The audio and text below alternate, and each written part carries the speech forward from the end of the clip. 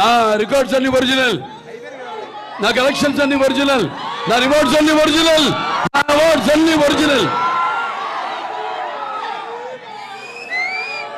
అలా ఆ రామారావు గారు ఎన్నో పాత్రలు వేశారు, ఎన్నో ధైర్య సాహసాలతో కూడిన పాత్రలు ఎన్నో వేశారు. ఆయన్ని ఒక ఆశయంగా తీసుకుని, అంటే నాకు తన్యమైన జన్మనిచ్చి నన్ను మీ అందరి గుండెల్లో ఆయన ప్రతిరూపంగా నిలిపినందుకు, మరి కారణ జన్ముడు, విశ్వానికి విశ్వ నటరూపం ఎలా ఉంటుందో చూపించిన నా తండ్రి మాత్రమే కాదు, నా దైవం, నా గురువు అయిన కారణ జన్ముడైన ఎన్టీ రామారావు గారికి ముందుగా నా ఘన నివాళులు అర్పిస్తూ, మరి ఇంత ఘనమైన జన్మని నాకు ప్రసాదించినందుకు తల్లిదండ్రులిద్దరికీ శిరస్సు మంచి, వారు నాకు కేవలం తల్లిదండ్రులే కాదు, భాగర్త సంపృతో భాగర్త పతిపతి జగత పిత్ర ఉందే భారతీ పరమేశ్వరం. అంటే మాతృపార్థన నా గాయత్ర పరమంతర నా మాతృ పరదేవత నా హరే పరస్త్రాత నానృతాత్ పాతకం పరం.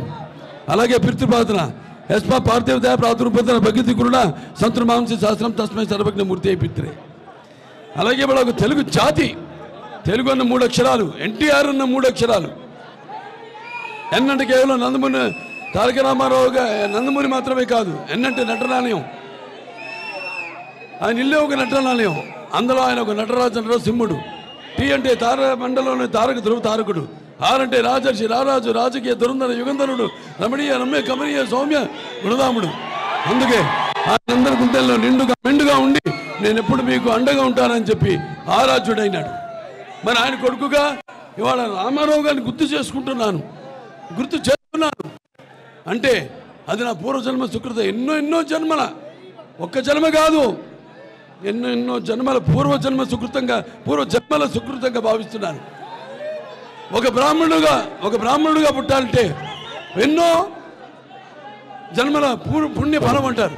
అలా ఒక ఎన్టీ రామారావు గారు బిడ్డగా పుట్టి ఆ వారసత్వాన్ని అటు సినిమాల్లో అయితే రాజకీయాల్లో అయితే ముందు తీసుకెళ్తున్నానంటే, ఒక క్యాన్సర్ హాస్పిటల్ మేనేజింగ్ ట్రస్టీగా చైర్మన్గా ప్రజలకి సేవ అందించగలుగుతున్నానంటే, సినిమాల ద్వారా వినోదం, అలాగే మంచి ఒక సందేశం ఇవ్వగలుగుతున్నానంటే అది ఎన్నెన్నో జన్మల సుకృతం అని మీ అందరూ తెలియజేసుకుంటున్నాను.